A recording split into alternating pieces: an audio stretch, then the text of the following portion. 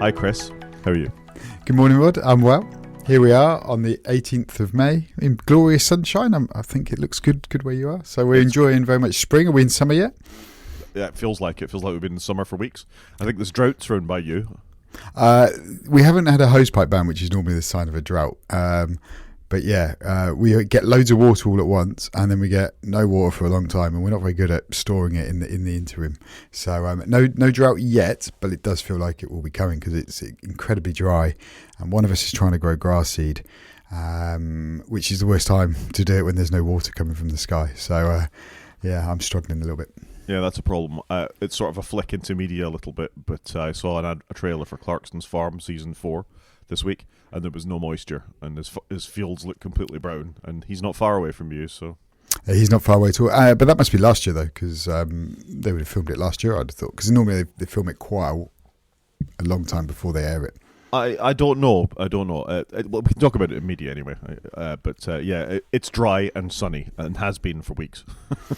And it's episode 173, and it's the 18th of May. It certainly is. I think. Oh, should we just dive straight into follow-up? I think we've had our weather chat. Yeah, let's get into follow-up, and it's all about Fortnite, isn't it? Well, it's indirectly all about Fortnite. It's more about Apple's response by Judge Gonzalez's ruling that things must happen. So when we had that discussion 3 weeks ago now, Apple must change things. They must allow the ability to link out. So we quickly saw that turnaround from Patreon and Spotify and others.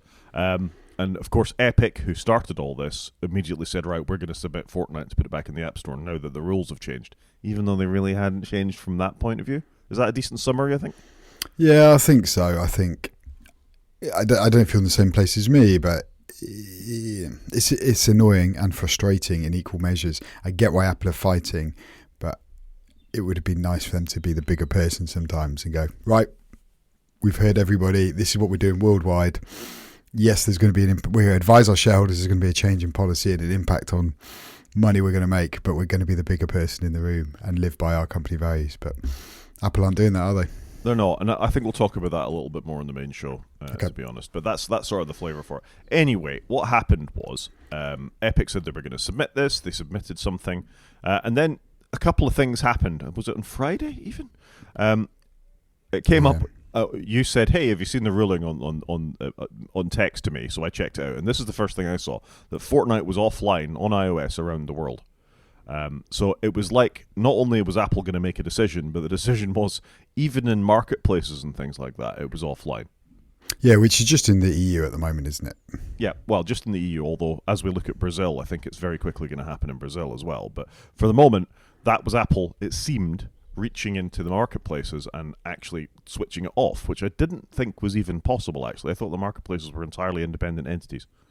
Yeah, I thought that as well. So whatever, but I guess though if you submit to the marketplace, you still got to go through Apple's check. I can't think what it's called. So I guess they do still have ultimate control. I don't know. Well, they don't have ultimate control, but there's you've got to sign your APK, not APK. That's the Android thing. Your deliverable to your IPS. Your IPS. With Apple to make sure that it doesn't contain viruses, and they said, and that happened in the court case before as well.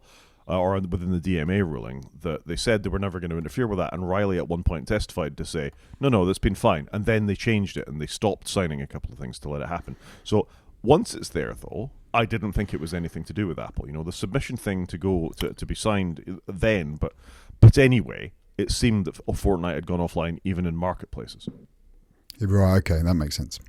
And then very quickly, as we fire through our websites here, it claimed it wasn't blocking Epic from offering Fortnite in the EU. So this is the plot thickened, basically, that something else was going on. That Fortnite said Apple had blocked their Fortnite submission on X. This was Epic Fortnite talking for this.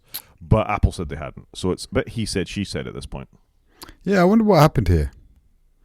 Yeah, I mean, the cynical view, you could say, Apple said no to the American submission, and Epic, in a fit of pique, switched it off everywhere just to go, look what can happen now when Apple say no.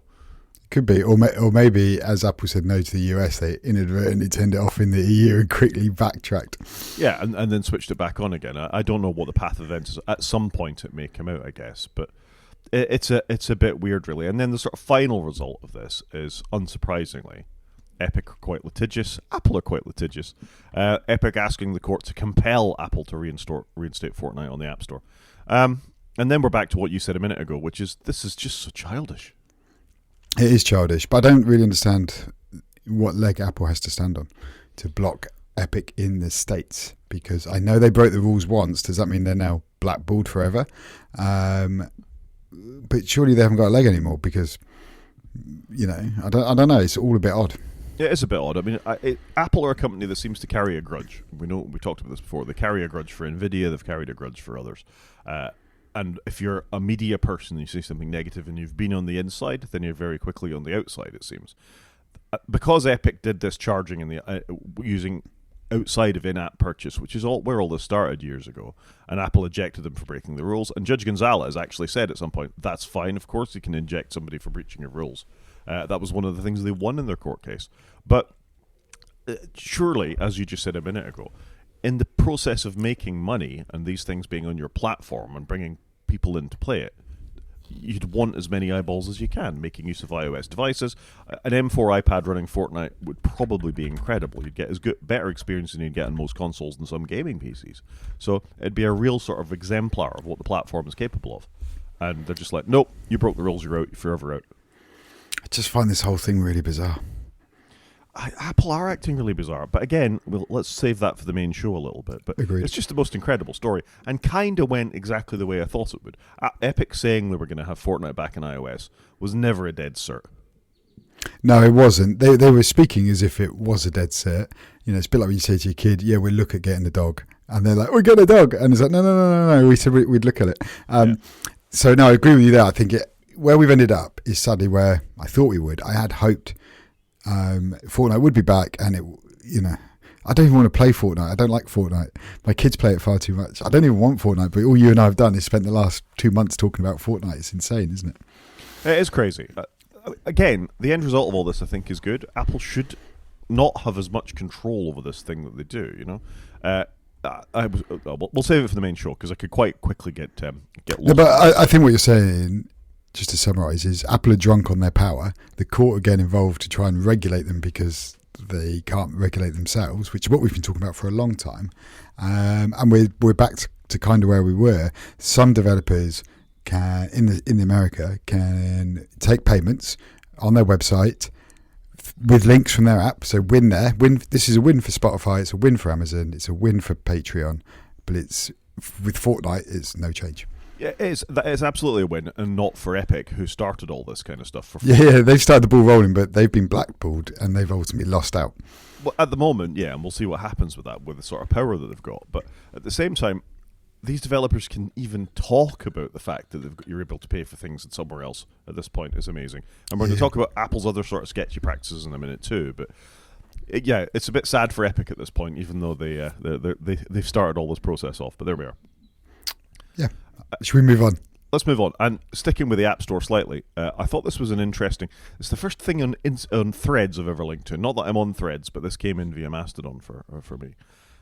Just talking about the state of the App Store, really, that it's fallen behind quite badly in what it offers compared to other sort of marketplaces. So while the focus on the App Store injunction has been mostly on the commission rate, so 30% or 27% or whatever it is for higher earning people, 15%, what's been overlooked is just how far the tools in the App Store fall behind, i.e., most common for payment and subscription still aren't possible in the App Store, including price testing, refunds, managing your subscriptions, plan migrations, gifting, discount codes, subscription bundles, to name but a few.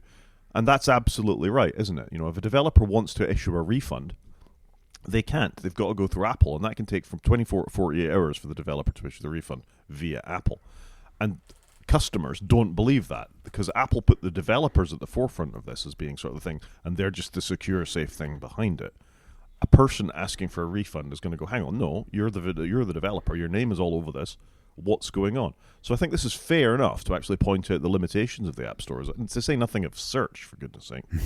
Considering the App Store is one of the biggest, it's probably the biggest App Store in the world, its functionality is quite right, actually. It hasn't really changed a huge amount. Obviously, subscriptions came donkeys years ago now, and that was the big thing, and obviously the world has moved to that. But actually, it's pretty rudimentary what we get, and other than the Code Paint, every other version of iOS, it hasn't really moved on. It's the same on the Mac. The Mac one is frustratingly more annoying, I think, because they don't do anything with it.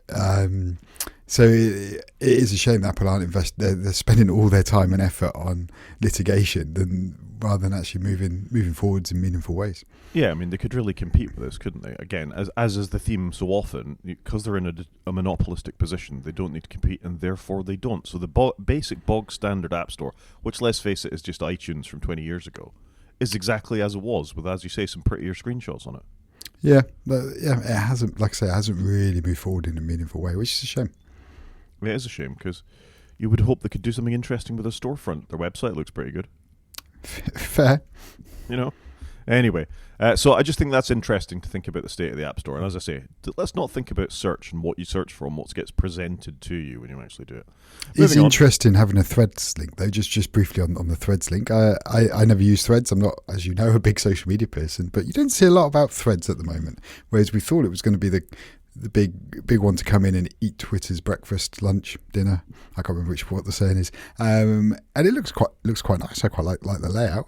It's certainly less egregious than X, but yeah, just interesting. You don't know much about Threads. That's all. I kind of see what you're saying. It would be my choice. It's another Meta property, and I just linking to it because it's an interesting comment as much as anything else. But yeah, it's not as big as X and hasn't had the chance to become that toxic hell stew that it is, I guess. But yeah, there you go. Threads, first time featured. Yep, it was just interesting to see it.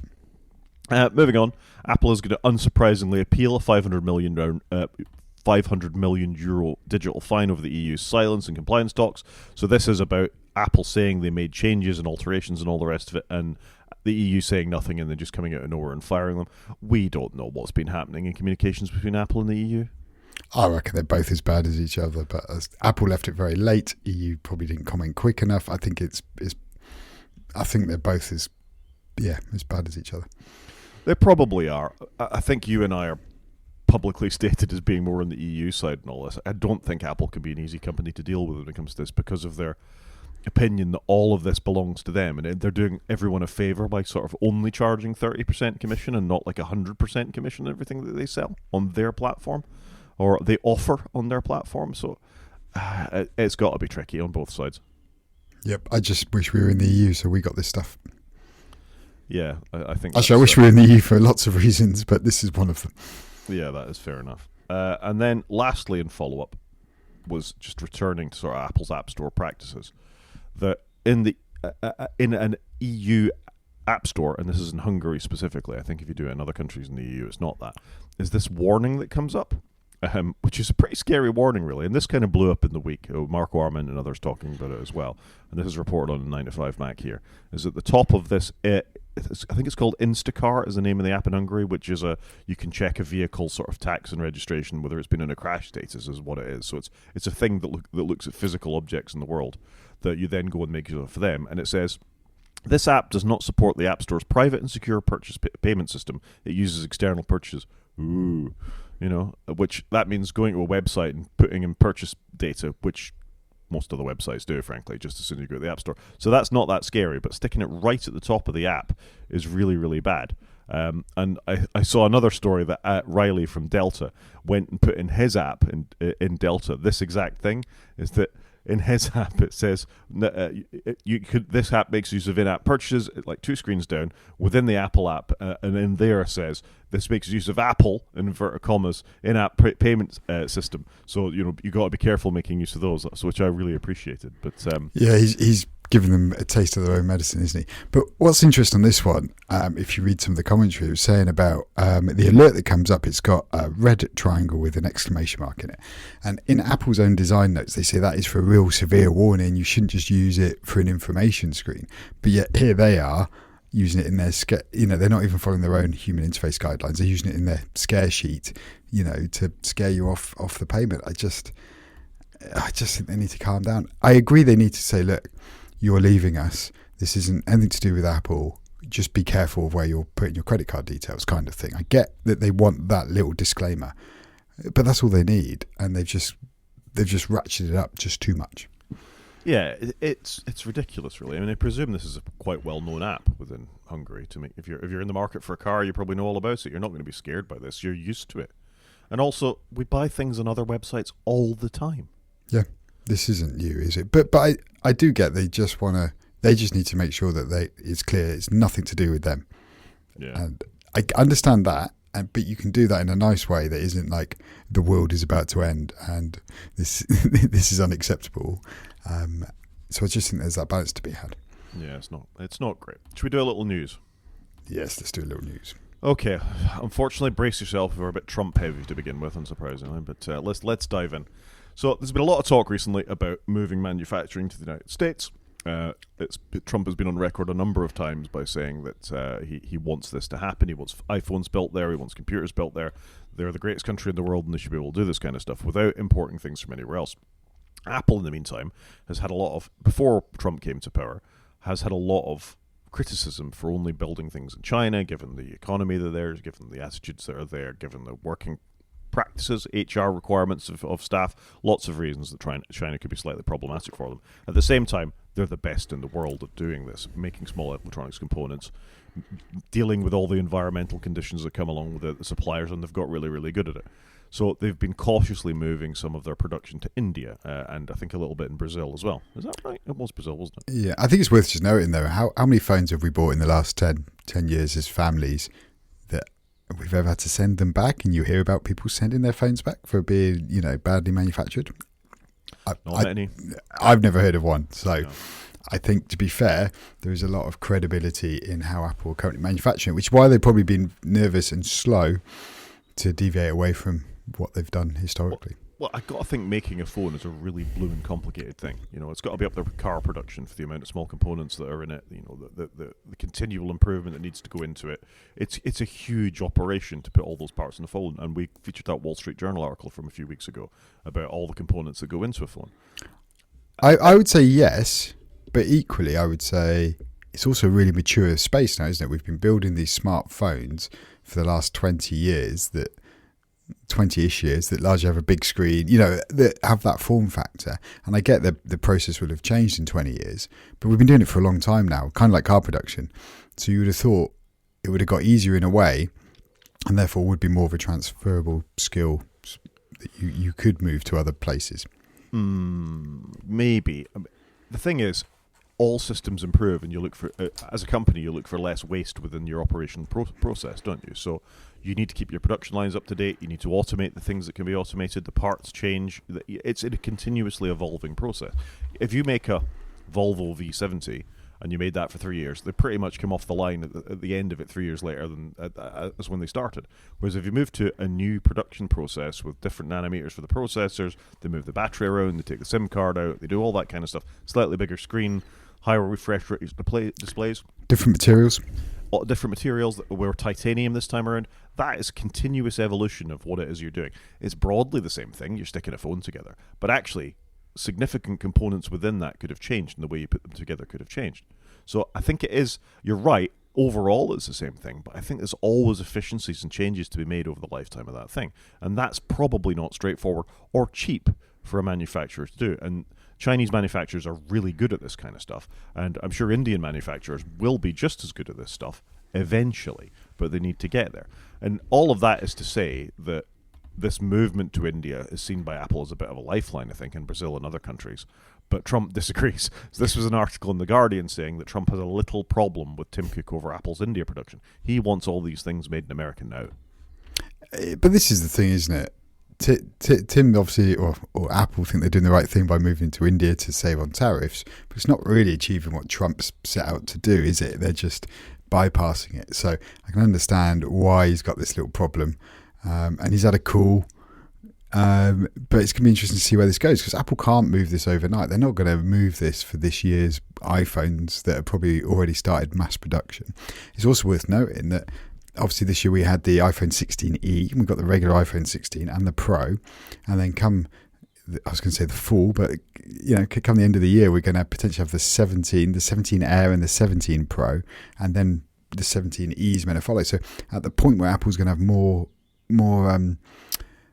what's the word, segregation in the iPhone market, they're also trying to move production at the same time. It feels like this could go badly. This is a multi-year thing. You can't just move iPhone production to America in 6 months, is effectively what you're saying. And it's getting more complicated because there's more lines to bring. This is a 4-year job at least. And even then, all the components won't be able to be made in America. You're still going to have to import things from India, from China, from other parts of the world to bring them in. So you're never going to be able to make 100% United States iPhone. And here's Apple worrying about the App Store when they really should be putting all their effort into this, because this is what pays the bills, is the iPhone, isn't it? Well, they're a big company with a lot of money, and Tim Cook is the best operations man in the world. I'm sure he saw some of this coming. That's why they were already moving to India and all the rest of it. But it was never realistic to be able to move 100% of iPhone production or Mac production. The only Mac that was ever made 100% in the United States was the Mac Pro, and even that had imported parts from other parts of the world. So I just think it's unrealistic to expect within 6 months of this announcement that, the 500 million, which would have been made to whoever was in charge. It wouldn't matter if the Democrats had won. That 500 million investment would have already been there. It shows a certain ignorance of the state of the world's economy and the way that trade happens. Yeah, I'd agree with that, and I think the Mac Pro was such a niche product, wasn't it? But I do think Apple will have partly to blame for where we are, because whilst they may not wanted to move it to America, they should have been, mitigating the risk by having it all in China and moving some of it out earlier, because you're just relying on one country, and when your company is as big as them, it does feel like they should have had other facilities in place around the world to do this. When they're building so many phones, it does feel like they've left themselves a little bit open to this kind of thing, or where they are just relying upon one source to put everything together for their flagship, the device that really makes the company. Yeah, it is complicated. Nice. I think I said 500 million. It's actually 500 billion. Apple were going to invest in this.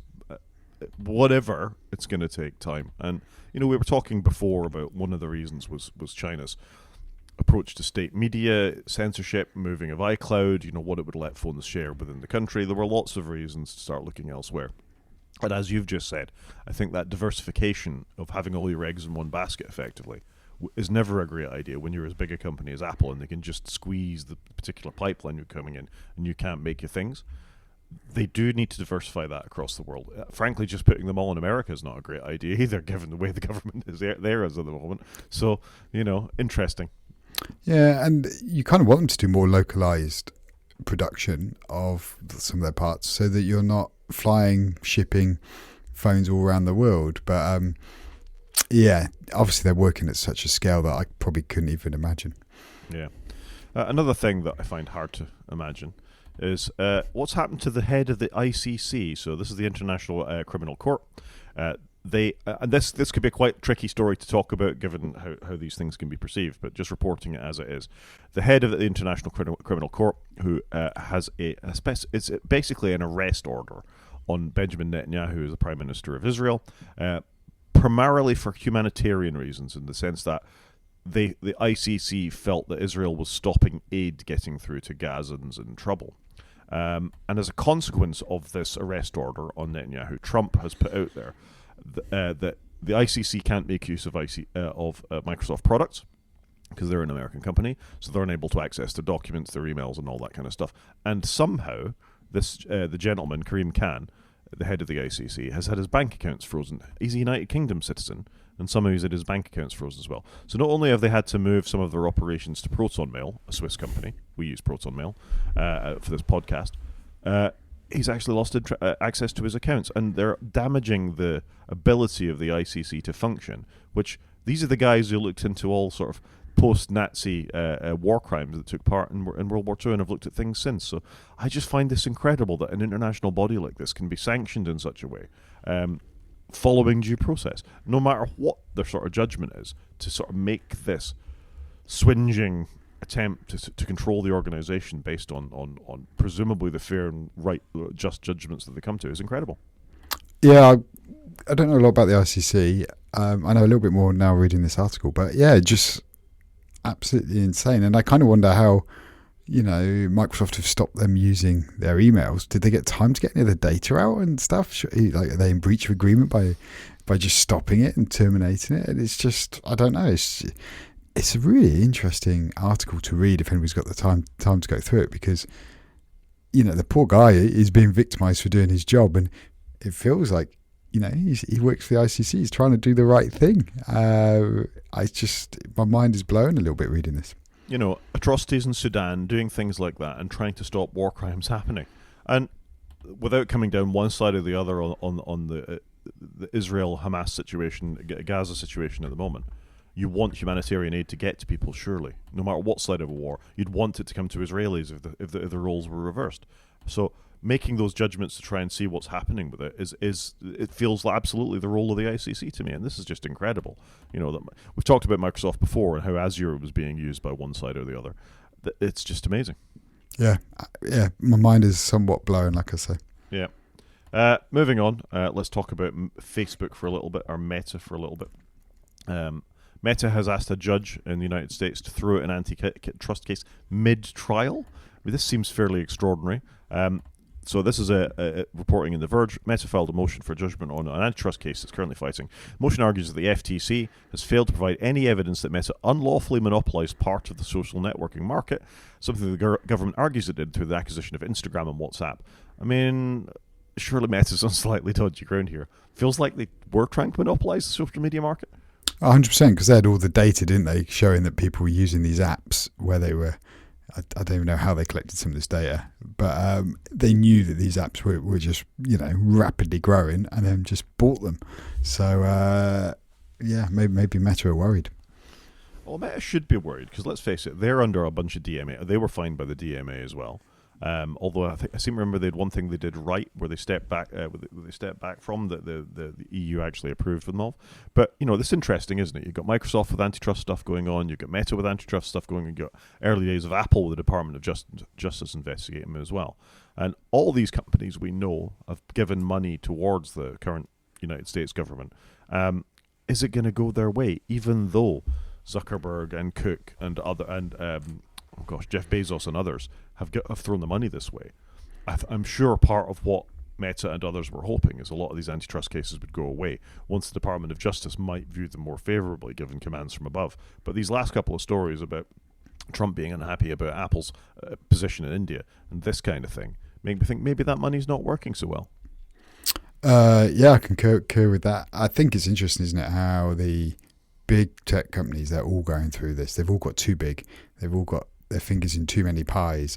And I get it. Companies have got to, morph and change to keep up and, focus on new ways of making money and keeping the company the shape and size it is. But it does feel like sometimes there's a lot to be said for staying in your lane, and stick to what you do and get that balance right. Are all these businesses overreaching and trying to dominate everything and just buy out their competition and force people to work their way because they own it all?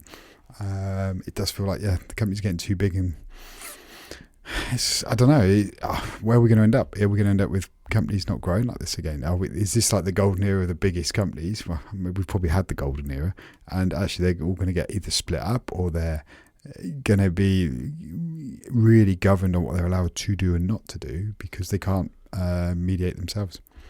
Or they'll just be allowed to continue to grow and monopolise, and instead of countries, we'll have companies that rule the world.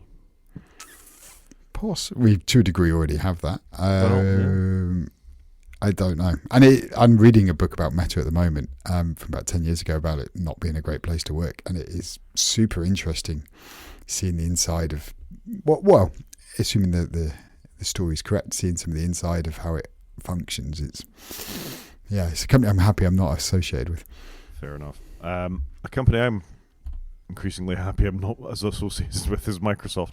So this is, Microsoft we flip-flop on a little bit. They've definitely come back from the evil empire that we viewed them as in the sort of 90s.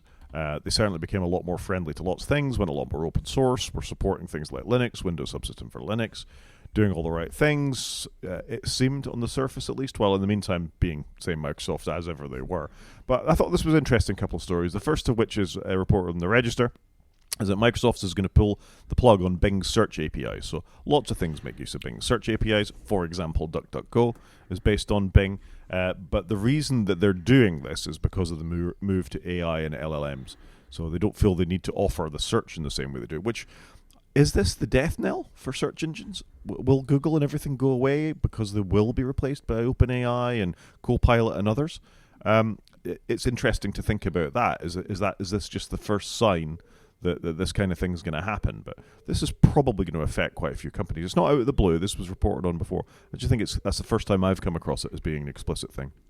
Yeah, I was thinking this. I thought, I wonder if Microsoft maybe slightly ahead of the curve here, but have gone, look, search is going, so let's start backing out of it. Do you know what I mean? And they're reversing out of their position, which, unlike Microsoft, they're famed for having lots of tech debt and not getting rid of things. Check out Control Panel in Windows 11. So I wonder whether they can see what the writing's on the wall, and therefore they're going to divest their search operations and focus on their AI, which kind of makes sense. Like I say, I wonder whether you're going to look back and go, fair play, they called it. Because interesting, just at dinner last night with some friends, a whole range of people in the room, not all techies, but everybody is using OpenAI or ChatGPT for searching and for asking questions and for writing documents. Just the other day, my wife asked it where to go and buy a product for the fridge from, and she just asked OpenAI, and it came back and told her where to get it and the opening hours. And then my son's using it to work out the bandwidth of his computer and what graphics card's going to be optimal in it.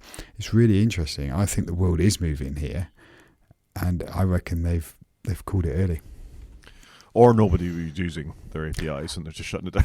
You got to remember though, Bing is the most unloved search engine out there. It's because it's pretty bad. It's bad, and it just never really. It tried to copy Google, and it just never really got there. Yeah, interesting times, I guess. But yeah, the second interesting time is that Microsoft are offering something which we've all been waiting for. You may be able to say, "Hey, Copilot" to your Windows 11 PC. Are you excited for this, Chris? I hate all hey things. I think that's what I've learnt. No, I don't use Windows 11 only to play games. I turn off everything. I've uninstalled everything on it. So this is not for me. I get why they're doing it, but it feels like it's going to be like Cortana all over again. That's exactly what I was thinking. Cortana didn't do well. Who even remembers about Cortana? I think there's probably some webinar conferencing system setups in people's offices that probably still have Cortana buttons and things on them, and I feel sorry for those people. But maybe they'll start working with Copilot instead. But Linux for games, Chris. Linux for games. Moving on. Yeah, I just haven't got the effort to do it. But I would like to do it, but I would have to. What's the problem?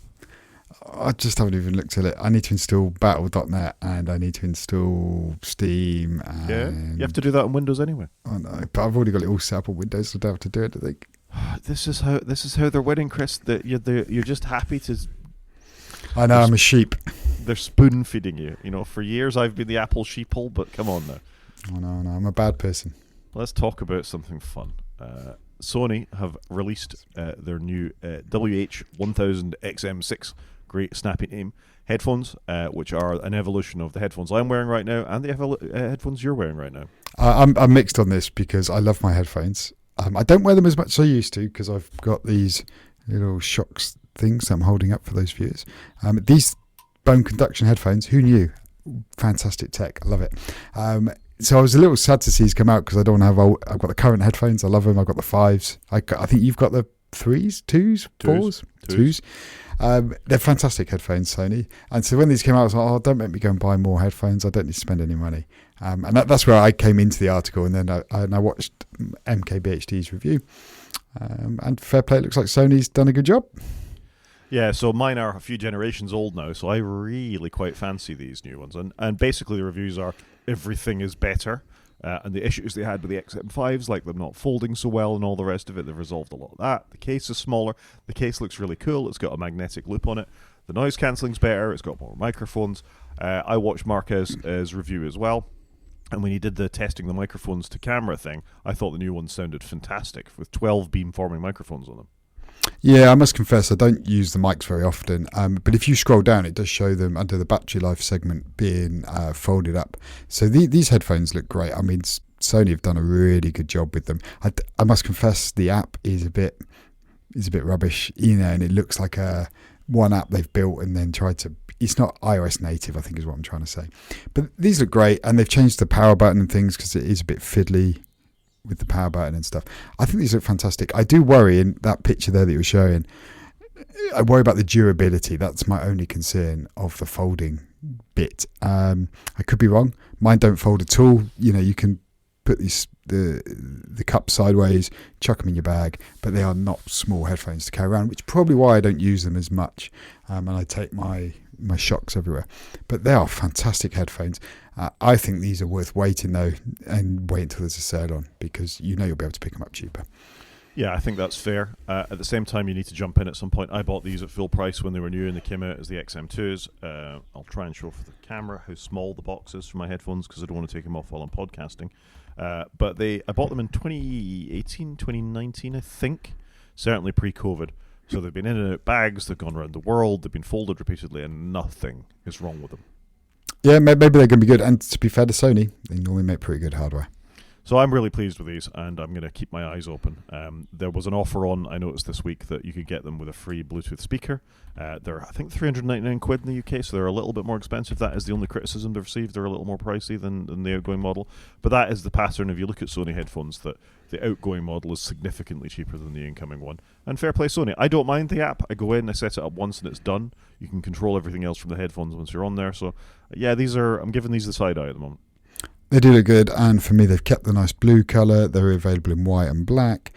I would definitely buy these if I was in the market, but I don't think there's enough in there for me. It makes sense for you. They are just fantastic, and they pair really well. You can pair multiple devices with them. Just a great device. Yours can. Mine, I've got a switch between them. It can only do one at a time. So another reason I want to upgrade, really. Yeah, I do have that problem with my shocks. I have to switch manually, which drives me a little bit mad. But I do have these paired, I think, with my iPad and my phone. I think they're great devices. Yeah, 100% would recommend. I paid about $250 for my 5s, so I reckon these will come down, but it will be 3, 4, 5 months. Yeah, I think that's fine. But I'm definitely interested because now these are my podcasting headphones. I don't have noise-cancelling headphones when I travel because I don't remember picking them up off my desk. So I say I don't have noise-cancelling headphones. Of course I've got my AirPods Pro, and the rumour is that AirPods Pro 3 are coming. This is not a surprise though, is it? Not at all. And how do we know there's AirPods coming? There's been a change in the latest version of iOS. Rather than saying AirPods Pro 2nd generation, it now says AirPods Pro 2 or later. Yeah, I mean, it's good. AirPods Pro are well-received headphones. They're probably the star of Apple's wearables line when we talk about that in the financials every time. I've been really pleased with mine. I will say I must have oddly shaped ears because the right one always wants to fall out no matter what sort of tip I put into them. But other than that, I think they're great headphones. They're in my pocket almost all the time. I use them for walking the dog. They've been on trains and things. The noise cancelling is not as good as these, but you wouldn't expect them to be because they sit in your ear, not over it, blocking out as much noise. Yeah, great headphones. I would be interested in AirPod Pros 3. You'd need to sell me on lots of interesting new features, though, because the 2s are great. The 2s are great. I must confess, I'm probably not going to buy, for the first time ever, I'm not going to buy some AirPods when they come out because I've just moved away from putting things in my ears and I'm quite happy not to do that. Yeah, you're a runner, though. You want to hear cars coming at you, whereas I don't care. I also have not very great ears, so I don't want to put things in my ears. So that's why I've moved to bone conduction. They're not as good, they're not as convenient, they take up more space, but actually I really like them. If you're happy with them, then that's fine. Yeah, that's true. Something that may not be fine. UK Parliament has opted not to hold AI companies accountable over copyright material. I think this is very wrong, actually. Also, I think this reporter is a great name. Lawrence Bonk is a great name. I think AI companies should be held accountable. This is the kind of thing where you can just go and train on whatever's out there, even if it's illegally downloaded and you're making use of somebody else's material as part of it, which we've talked about repeatedly with OpenAI violating this and then just saying sorry afterwards. I think the original art, the right for which should belong with the artist, and I don't think that's that controversial, frankly. I'm with you on this. I think, I was quite surprised to read this article. Yeah. It is a worry that I like to think we're better at this stuff and that we're slower, but generally better at this stuff in the United Kingdom. And no, we're not. As proven with Apple and the increased data protection, and now this. Yeah, crack on, AI companies. Britain's open for business. Do what you like.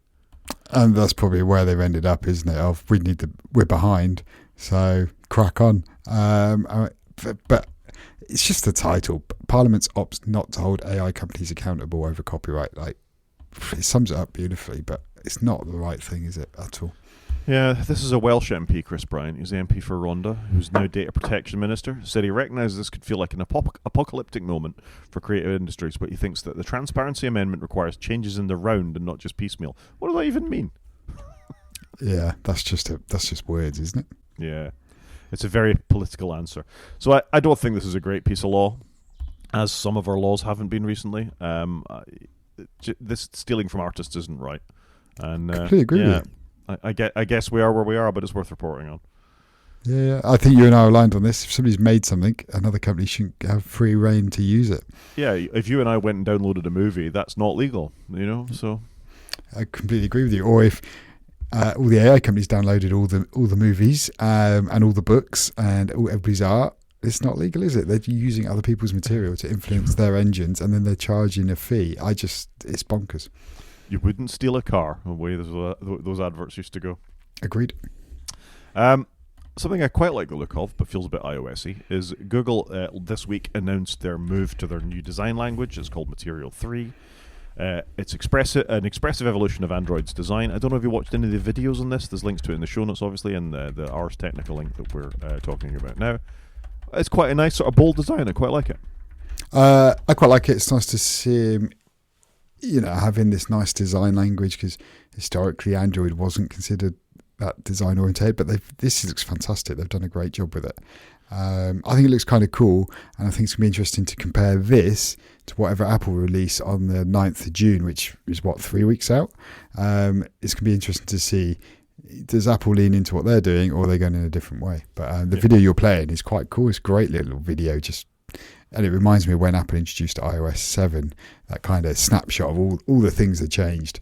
And I'm super curious to see where Apple go with it and how it compares to this. But I think Google are doing a great job. More now than ever am I giving Google the side eye. Yeah, totally. The thing I really like about this is sort of the reactiveness of it, that buttons seem to have weight and sliders. As you move things around, they squidge against each other and you get a bit of resistance before you move them and all that kind of stuff.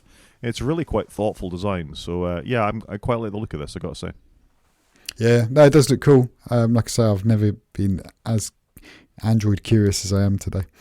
There you go. That's well done, Google. You're making Chris actually pay attention to what's going on that side of the fence. Imagine that. They said as they used Google Meet to talk. One thing that I also... Actually works pretty well, doesn't it? Who knew Google does good cloud stuff?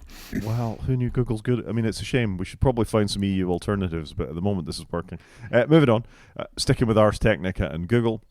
This is a win. So Nextcloud, an app I've become ever more in love with because it just works and it lets me manage my data myself. It's not sitting in Dropbox or iCloud or Google Drive or any of these things. It's sitting on, one of my computers downstairs in my server room. It's not a server room, but that's what I call it. Google have had an issue since 2024 where you couldn't write to certain parts of the file system for your Nextcloud account, in the same way that Apple does sandboxing on the Play Store. That Google was restricting Nextcloud's ability to manage where some of that data went. Anyway, they've changed it, so now the app is entirely able to write to whatever it needs to, so you can store your data in your cloud, which is what Nextcloud does, and well done. Yeah, well done, but it does feel a bit like, and we've seen this with Apple, isn't it, where an app kind of breaks and then there's a lot of kerfuffle afterwards to then resolve it. So it's a shame it's had to go like that, but it's good it's resolved. It is resolved. It took too long as well. I wonder if Apple would be as communicative. I wouldn't imagine so. Yeah, so well done, Google. And as I say, I hope if something similar happens on iOS, maybe it doesn't even have the same amount of permissions on iOS. I don't know. The app's really good, I got to say. Yeah, this will shock you, but I've not overly used it. I'm not shocked in the slightest, Chris. In fact, I'm so unshocked, I'm just going to move on to the next story, which is more than 1 billion RCS messages are sent daily on Android and iOS. That's a lot of messages. It is, but there's a lot of iOS devices out there, and I'm not that surprised. Are you? I mean, RCS is becoming a lot more prevalent. My carrier doesn't support it, though, so I don't know. I mean, it's one of the things that every so often when I think, I might flip back onto Android for a little bit, which, if you'll recall, I did a month of and had no problems with, really. You can get by, you can use other services. I used WhatsApp, for example, largely during the course of that trial. If RCS was live with my carrier, that would make my life an awful lot easier. Surely you need to change carrier at some point. You don't get eSIMs, you don't get RCS. You know, just saying. I'm just clicking through people I've texted on Android devices, and actually the majority are RCS now rather than SMS. Yeah, but I pay £12 a month and I get 120 gigs of data and I get free EU roaming. All right, but you can't send RCSs and you can't have an eSIM. But yeah, but I don't really need an eSIM. What happens if the iPhone Air comes out and you have no choice? Well, let's save that for a little bit because we're going to talk about the state of Apple later. But none of what you said is that compelling. Until I need RCS, I don't really need RCS, and I don't really need an eSIM. No, it's fair. I am obviously tongue in cheek pulling your leg, but those carriers need to catch up, obviously. But I think it's good. RCS is coming prevalent. SMS just needs to go away. Yeah, I agree with that. Another thing that I disagree with or agree with, depending, is well, no, I disagree. I just thought this was an interesting article that I came across, or post that I came across on Mastodon, talking about how Google's their court documents during Department of Justice trials, as we've talked about before. Google may be forced to spin out Android, may be forced to sell off Chrome. Maybe there could be consequences for the Department of Justice. So it was just somebody had pulled this out of the court documents. And basically, since Google doesn't have any real competition, it can make the best information hard to find. This is speaking about search, forcing users to stay on Google for longer and interact with more ads. This is dangerous for consumers, most of whom think the best results appear first. The strategy appears to be working from a business perspective. The study suggests that poor organic search results actually benefit Google's bottom line in two ways. They make paid advertisements more valuable to users seeking accurate information, and they force users to refine their searches in multiple times, exposing them to more advertising in the process. Fascinating. It's an interesting take, isn't it? You're right. Why are Google motivated to have good or better organic searches when they want you to click on the ad one at the top? Yep. Or this wasn't quite right, I'll search again. So you can present them with different advertisers, or you can do something else. It's when you're in a monopoly position, this is the kind of thing you can do. Yeah, so I'm not a Google user, as we know. I'm still clinging on to DuckDuckGo. But actually, as soon as you read this, it's like, actually, it makes complete sense, doesn't it? Because if they had really good organic searches, which is what they became very famous for, it means their revenue would go down. And companies like chasing the money rather than following their company values. Yeah, and again, if you just made good products, people would use it and the money would come. Yeah, that's that Socrates quote, isn't it? It is. It certainly is. And well done you for spotting it. Shall we do Car Corner, or have we got any other news? No, let's do Car Corner because I didn't see this one come in this week. Yeah, so out of the blue, and revealed by Top Gear, of all places, new CarPlay Ultra is a thing now. So I sent you this straight away, and you seem to get quite excited. I'm a big CarPlay fan, as we know. I do not have a car that's going to use CarPlay Ultra because currently it's only available in an Aston Martin in US and Canada. But I don't think anybody saw that CarPlay Ultra was coming this week. It's weird they've called it CarPlay Ultra, I must confess. But Apple have launched their next-gen CarPlay, which they originally announced back in WWDC in 2023. So it's nearly hit its 2-year announcement anniversary. It was meant to ship late last year. It's finally out. I'm glad they've delivered it because it did feel like it was going nowhere. I'm a massive CarPlay fan. They've launched it, and I was keen to see what it looked like, even though I'm not going to obviously get a car with this. And some of it looks quite cool, as you can see. Rod's shown some of the video now. But what I found really odd with it is some of it doesn't look that Apple. And then when you go to the entertainment screen, it just looks like regular CarPlay. I thought they might have given it a lick of paint. Do you know what I mean? And the CarPlay we all use hasn't really changed much in the last 5 years. I thought it might refresh the UI a little bit and just make it look a little bit more interesting. Yeah, it's really quite dull looking. Other than its integration with speedometers and rev counters and fuel and battery state of charge and all the rest of it, there isn't that much there really. And just giving an Apple lick of paint to what's going on here, even at the start of this video, which I recommend you watch if you're at all interested in this, is that the head of Mercedes said, why would we allow Apple to have control of our brand? And Which I do kind of get, but equally what I do quite like with this kind of tech is, and I've fitted a CarPlay head unit to a 20-year-old car, and it's great because it feels like you're driving a modern car, and that is the one benefit of this kind of tech in that, if you keep that car for the next 5 to 10 years, because the thing that really ages a car is its tech generally, you can keep it current, and I think that is kind of cool in a way. But I do understand it. I'm amazed Aston Martin have done it, a really prestigious brand, but maybe their tech stack just isn't there, and actually this is a really good partnership for them. it's kind of going against the flow, though. Most big brands either have their own thing, see General Motors, or they're making use of Android Automotive, which they can skin and make use of in any way that they want. And they're kind of like forking it and really making it their own. Like BMW have done it with their latest iDrive system. I think it's interesting. I think time will tell whether this is cool tech or not. And I just don't think we know the answer yet. But they are giving up more of the dash, aren't they? That is the thing.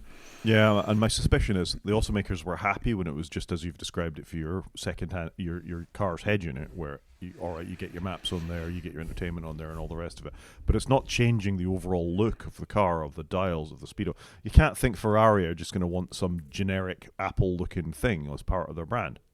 Yeah, and what we don't know, I think, is how much can they customize it to make it look Aston Martin-esque or Ferrari-esque. On here, it looks very Apple-esque. And actually, I'm a bit underwhelmed by some of the design. Like here, you can see in the screen grab, you got the map and then you got the two dials. Well, why is the map not underneath all the dials? And it just looks, I don't know, it just doesn't look all that exciting for something that's been a long time being fully baked.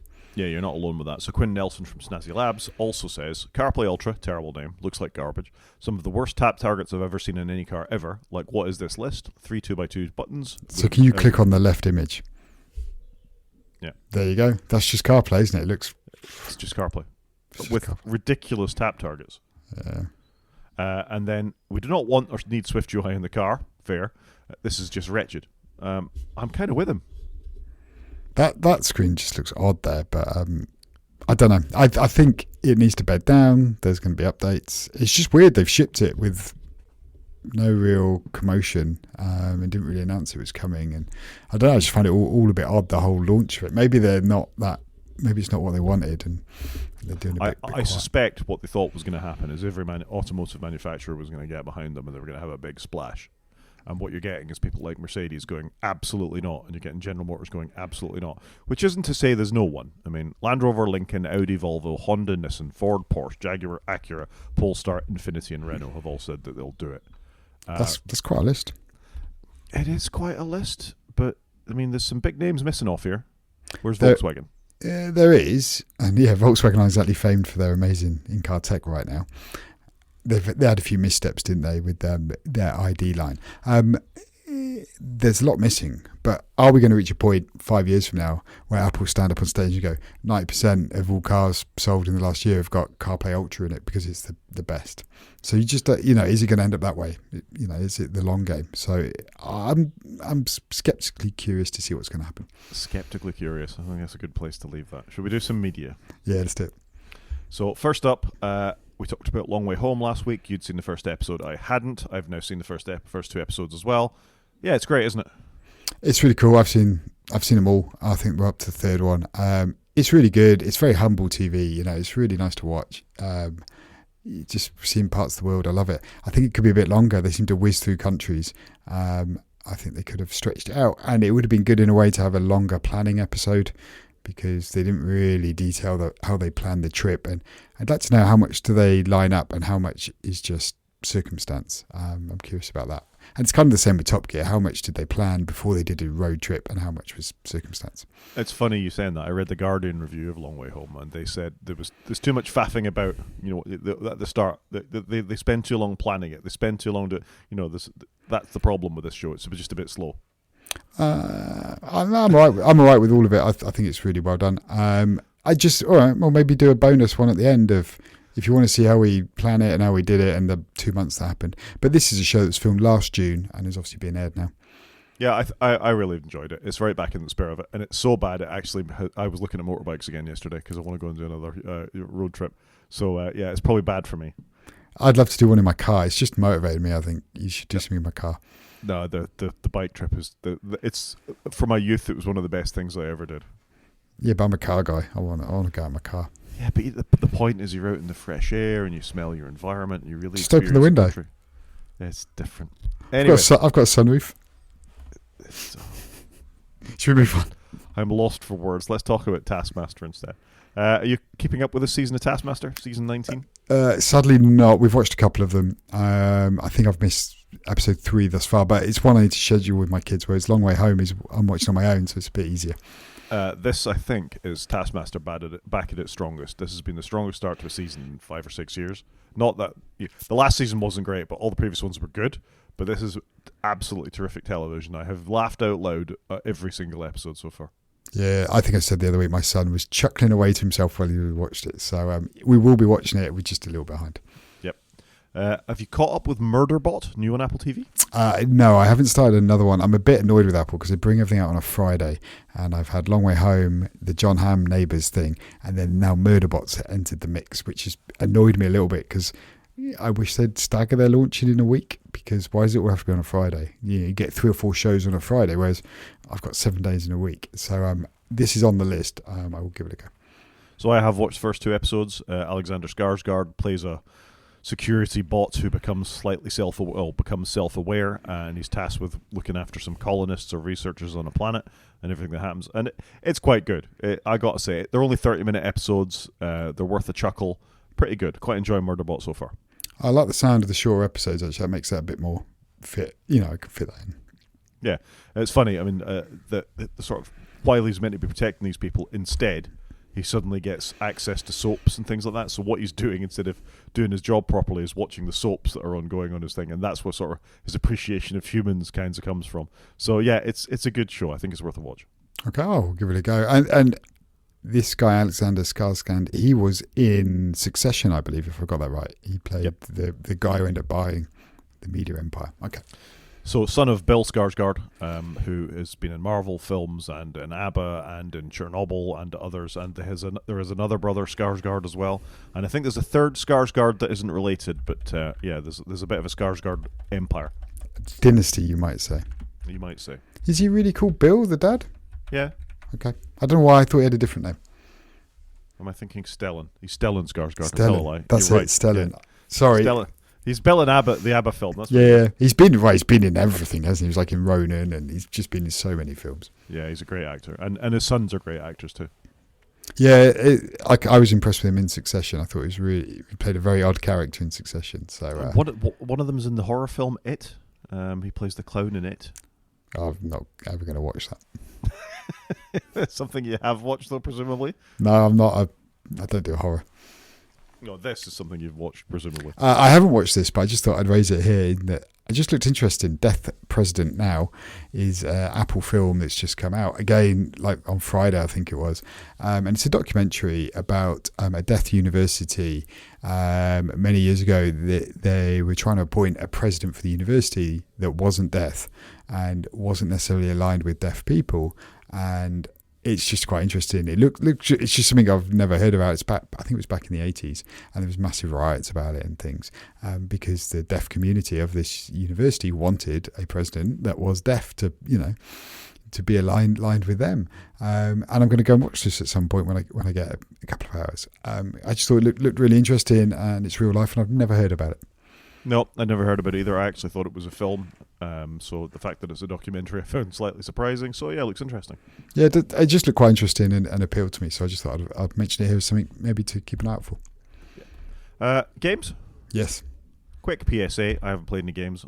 The fact that you haven't put any links in here makes me think you haven't played any games either. I've played Warcraft 2 Remastered. I'm on level 8, just saying. I presume you haven't played any games either. this is just a PSA that it might be time to change your Steam password. There's a chance that they leak data from 89 million accounts all over the dark web. You should always change your account if these things come to pass, but apparently Valve have reacted differently. Yesterday, we've been made aware of reports of leaks of older text messages that had previously been sent to Steam customers. We examined the leak sample and have determined that this was not a breach of Steam systems, so I'm not entirely sure what's happened here. If in any doubt, get out there and change your passwords. I've got lots of games in my Steam library. I'd hate to lose it. However, I've moved to two-factor authentication for Steam and now device authentication as well. You can only access my Steam account via my iPhone and the Secure Authenticator app. So I feel relatively comfortable about this, but you should never rest on your laurels too much. Agreed. I've done all the things that you've done. Always do 2FA where you can, 100%. Yeah. So, but there you go. Steam apparently not leaking everywhere like the Co-op or Harrods or others, but it's not to say it hasn't happened before. It's not been a good month for cyber, has it? It really hasn't. It's a great time for the United States to start firing all their cyber experts, thankfully. So that's worked out really well. Moving on. Main show? Yes, it's it. Pretty short, not going to be surprising to anyone. Just a little examination of, this was sort of prompted by an article from Six Colors by their new columnist, Glenn Fleischman. Can we still love Apple? Should we ever have? Which I thought was an interesting and quite provocative title, really. And it boils down to our relationship with a company and how we view them. And I think you and I both came to this from a position of skepticism. Why would I want one of these Apple things? To interest. This actually does some interesting things. Is presented in a different way, and I can kind of get on with it. To, if not love, certainly rampant enthusiasm for the products that they made, software, hardware, the developments that they'd come out with. Slavishly watching all the media that they put out in terms of WWDC or product announcements or creating a podcast about the company. Any of those kinds of things. That's the path we've taken, I think. Yeah, I think that's fair. Because back in the early 2000s, they were the underdog, but they were doing something different. They had really cool hardware. The OS looked amazing. And they were doing some amazing things. And obviously there was like the move to Intel, then there was the iPhone and the iPad. And for me, all these devices I'm still using today. Yeah, so a lot of history. But as has become evident over it's probably the last 5 years, really. There's always been issues with Apple. You know, they've never always produced 100% great products. The most recent of which being the MacBook Air with the broken keyboards, with the butterfly keyboards that they didn't get out there and fix. And they went too thin on some devices, and they didn't have big enough batteries. There's always compromises, weren't they? But on the whole, they had a good batting average, getting the compromises right, great design, and their company values were what most people saw in a company. And that's back to what we were talking about before. And John Siracusa has that Socrates quote as well, I think. About you build great products and people come, effectively. I mean, I bet Socrates didn't mention products. You're paraphrasing slightly. But it is that. If you build a product that everybody's going to like, you build the mountain comes to Muhammad, effectively, doesn't it? That's sort of the allegory there. Whereas the shift in the company has been, and the court documents have shown this, the shift has been away from the products and onto the profits. And that might be where everything started to go wrong, even if you go back as far as the butterfly keyboard, is that Apple saw an unlimited money stream in us as consumers, in us as developers, in us as people who make decisions to buy technology for the businesses in which we work, that we were hooked on the good products, we were happy in the ecosystem, we didn't realize quite how high the walls had become within that. And that's sort of slightly poisoning our view of the company. Actually, it's more than slightly poisoning. It is poisoning the view of the company. That you said earlier in the podcast that when you buy the new iPhone Air, I don't know if I'm going to buy an iPhone Air. That's a fair point. That's interesting. See, for me, I don't think I've got my head into shifting away yet. Yeah. I don't know, maybe I'm just a week ahead of you at this point, but it's difficult. And, living in Linux land recently has shown me how difficult this is going to be. I have 30 years of experience now of using Apple platforms. This is what I've known the Mac since OS 8.5, before the version. Way before me. Yeah, so it's not like it's an easy thing for me to do this. And yeah, I talk on this podcast about I'm running Linux this and I'm doing that and I've got that Docker container and all the rest of it. But my comfort was I'd always come back to an environment that I knew inside and out. It did exactly what I wanted it to, or at least it did exactly as much as it let me do. and that might be a slightly different way of thinking about it, is that even from back in the day, the Mac was fine. You could do what you wanted pretty much on the Mac, but the second we got the App Store, everything changed. And it's a talk about golden handcuffs, that the ability to do all the things that you can do on your smartphone. And Google's no better. I'm not, I'm going to put Google in the same thing here. That attitude from Apple, from how it treated us as customers, that it's not my device anymore. Apple's letting me pay an awful lot of money to use what they bless on there. And it's kind of affected the Mac, particularly if you use the Mac App Store, in the sandboxing and everything that happens. And it's really beginning to bother me the more I think about continually giving this company money that I used to have so much time for and so much respect for what they did. And the fact that they still, and the kicker, they still make such amazing hardware with fantastic battery life that's really performant, but they stop me doing everything I want to do on it. And that's really becoming a problem. And the iPad absolutely typifies that. So you are definitely ahead of me in your thinking. So I've obviously bought a MacBook Air. I love the hardware; is amazing. Like every time I look at that thing and use it, it's beautiful. And I wanted a MacBook Air because I do actually want to do some coding in Xcode, which I've been doing a lot this week. So I'm not quite in the place you are. I think I'm more just a frustrated user, still begrudgingly hoping that Apple will turn around at some point and realise, are they going to turn around? That is the big question now. Are they going to have a change of mindset? And I don't know. And I don't think we're going to see much in June at WWDC because it's too soon, and I don't think they're in that place. But they need, I think there's been a big call, obviously, for a change in leadership. But at some point, I hope they wake up and go, right, let's get back to our core principles of providing a platform for people to go and make good stuff. That's what the Mac was for. We provide the tools for you to go and make things.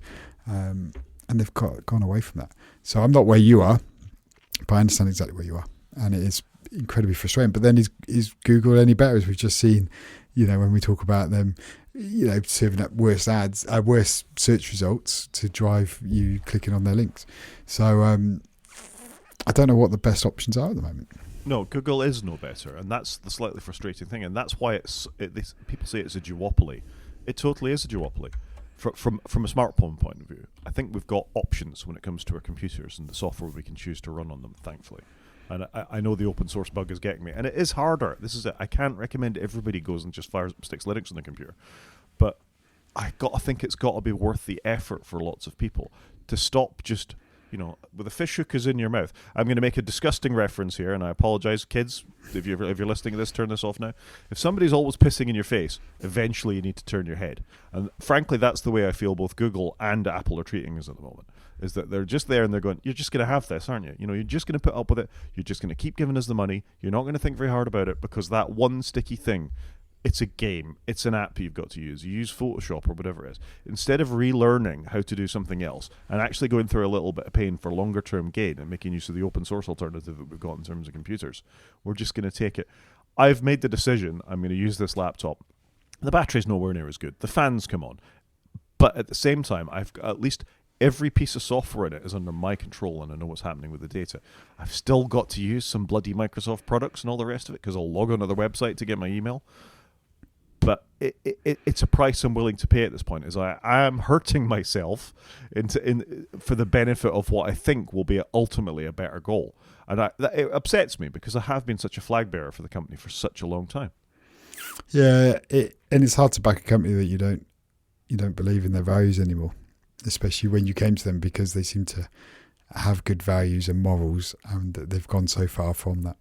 And the frustrating thing is, on the phone side of it, is there is no escape. You can install, you can get an old Pixel, you can install Lineage or something on there, and you can sandbox the Google Play Store and run things. But how do I pay for my parking? I've got very used to the convenience of being able to, just buy stuff on my phone. Really difficult. That feels like you're hamstringing yourself at that point. I guess for now, you can still go and put coins in a machine or tap your bank card against it. But everybody uses a smartphone for everything. The expectation is that the smartphone is what you've got in your pocket to do things. And it's not going to go away. And it's in Google and Apple's interest to make it harder and harder to get out of that. And it's quite a horrible situation to be in when you think about it. Yeah, how much of our world relies on a smartphone? Everybody's got an app, like you say, to pay for your car park. people use a lot of Apple Pay, Google Pay to check out. You go into shops and they want vouchers. They're generally in the app for that supermarket or whatever it may be, or their bonus points card will also be in the app on your device. So we are in a complicated place, I think. And the web doesn't always cut it. So the example I would think of is my daughter who worked for Nando's. Nando's do their rotating via an app on an Android or iOS. That's how they get their rota. Because everybody's got one of those two things. So because everybody's got one of those two things, you're going to check it all the time to see if you can get into work or not, and that's that. I mean, presumably there's a web front end to that, but who's going to do that? They're just going to put their smartphone in their pocket. They've absolutely got us hook, line, and sinker into this lifestyle, and I've advocated this lifestyle for years and years and years, and it's kind of been a wake-up call for me. I think actually think about this, and I don't know what the resolution is. It's not like I'm going to give up a smartphone. I can't for all the reasons we've just talked about. But it's slightly worrying how it's not just addicted to it. It's just an essential part of life now, and for it to be completely owned by a monopoly, either side of it, I think is a problem. And John Syracuse, and I've linked to his article last week, made this sort of comparison in America that when you become so big that you've got more power than the governments and your country and the rest of it, your monopolistic rule gets taken away. The railroads get privatized. The electricity companies get privatized. The phone companies get privatized. So there is competition within those markets, and I genuinely think we're there. Yeah, we are in this, like you say, we're in this duopoly. I noticed it when I got smartphone to my parents, who just had basic Nokias, and then we reached the point where they wanted to control their home or see cameras or pay for car parking or get email and have rich text messages and us be able to send them pictures of the family or whatever it may be. A smartphone is a given, isn't it? And there are only two. Frustrating. There's only two options, and even then, when you get the two options, pretty much everybody's got WhatsApp installed. I'm the anomaly there, I think. And there's only two options, and then there's only a few limited communication options that are really widely adopted. So we have ended up blindly walking down this road, I think. It's a bit of a shame. In a way, it's a pity the Palm OS didn't work out, and we had web-based mobile phone tech. I don't know what the outcome is though, because it feels like we're locked into this until we have a point where everybody's wearing Meta Ray-Bans or whatever they are that's replacing our phone maybe. Or do you think we're going to end up with people actually going back the other way, carrying cash in their pockets and purposely walking away from all the tech? I don't know. Possibly. I mean, we talked last week about this move to light phones and less notifications and things. Maybe there will be a sort of more conscious urge to disengage with technology or handheld mobile technology to a certain extent. But we're just so dependent at the moment. I don't see how it can go. So for myself, I think where I can in my computing life, I'm going to try not to buy so many Apple products as once upon a time I did. And we've talked about great Sony headphones. I've got a good laptop now that can do almost everything I want. And if I was willing to go through the pain of working out how to do the editing and the audio editing of this podcast, I could probably get rid of even more things. Wow. I switch my Mac off in the week. I've got this amazing little Mac Mini. I switch it on to do this podcast, and I switch it off again. And that says more about my sort of love affair with Apple than sort of anything else. I carry a smartphone because I have to. I used to use a Mac because I wanted to. And the fact that I don't make that choice is really quite interesting. It is quite interesting. And I'm probably in a different place to you with my phone, in that I've removed most of the apps off my phone because I don't want to be sat in front of my phone time wasting.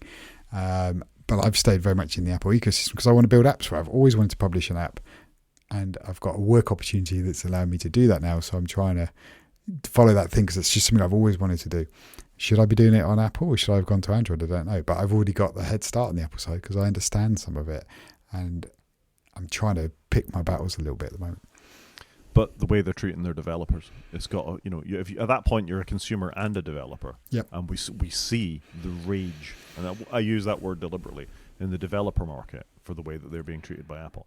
Developers made Apple what it is. They made the products that made people come to the platform, and that's the way they get treated.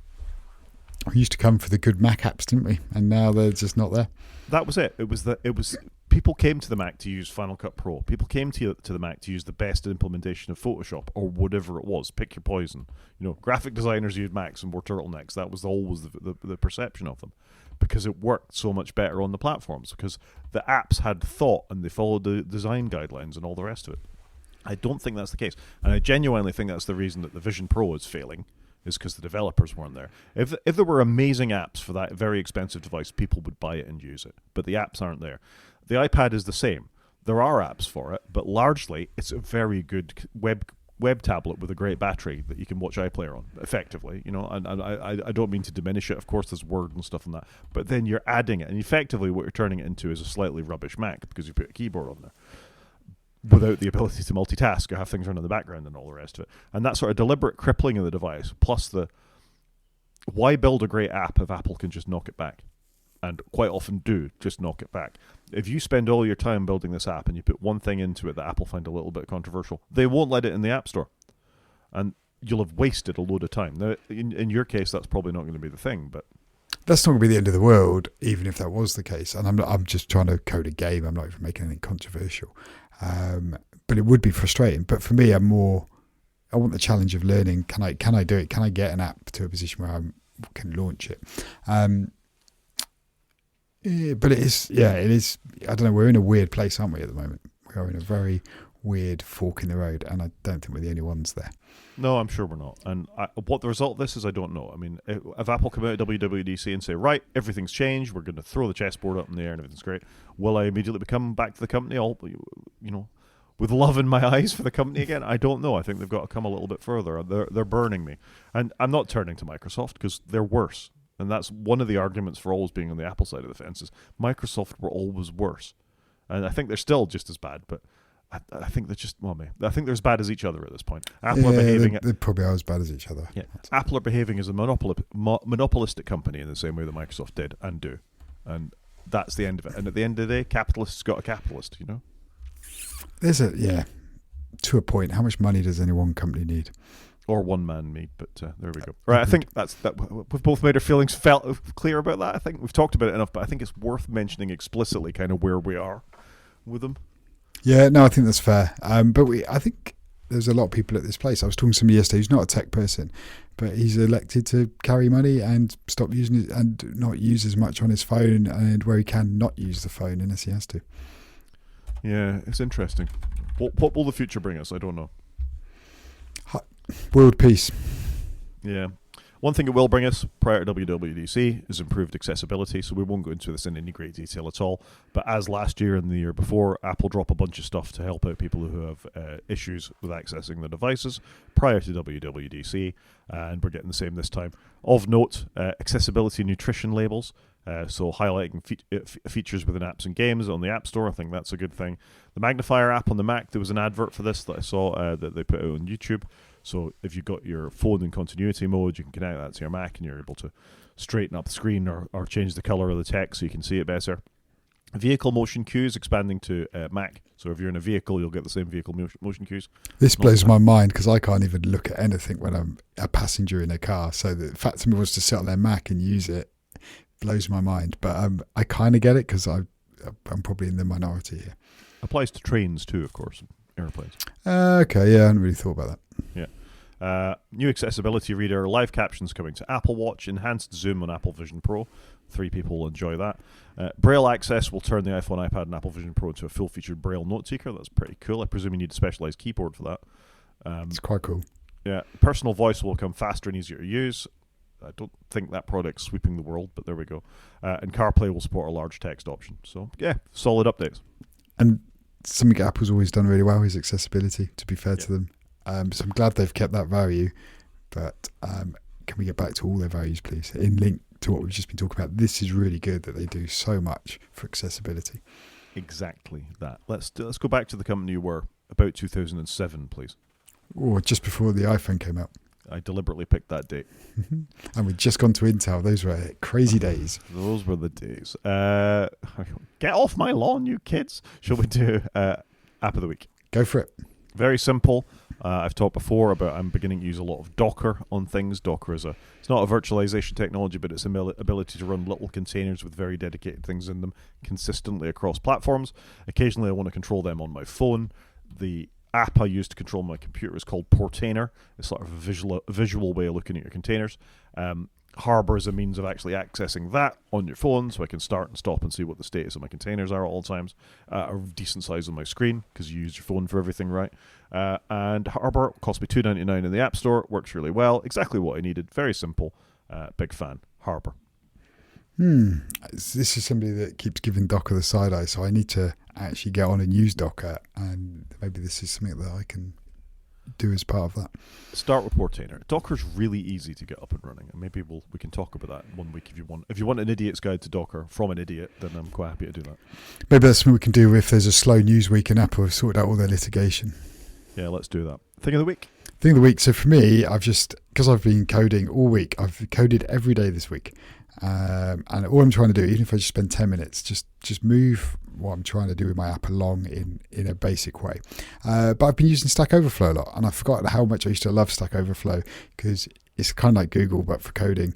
You just pop in there the language you're using and the problem you've got, and generally somebody else a little bit up the road in front of you has had the same problem, and there's some good articles and answers, and I've just always loved Stack Overflow. It's always been a great tech forum, so that was my thing of this week. Not ChatGPT. I did use ChatGPT once, but again, I think it's just my old man needs rewiring to go there first. And actually, I did use ChatGPT to help me with doing something with dynamic variables, and I didn't know the answer, and actually it gave me a really good result. And really well explained. I was pleasantly surprised. So I will probably fiddle more with ChatGPT 2. There you go. I think we can call it a show, Chris. Yeah, I think so. So if anyone wants to get in contact with us, Rod is at g5maniac@mastodon.scot, or he's on Blue Sky and he's at g5maniac.bsky.social. I am at _CJP at mastodon.social if you want to reach out to me, or you can watch us on YouTube by going to wakefromsleep.com and clicking on the YouTube link, or drop us an email at wakefromsleep@protonmail.com. Talk to you next week, Chris. Cheers, Rod.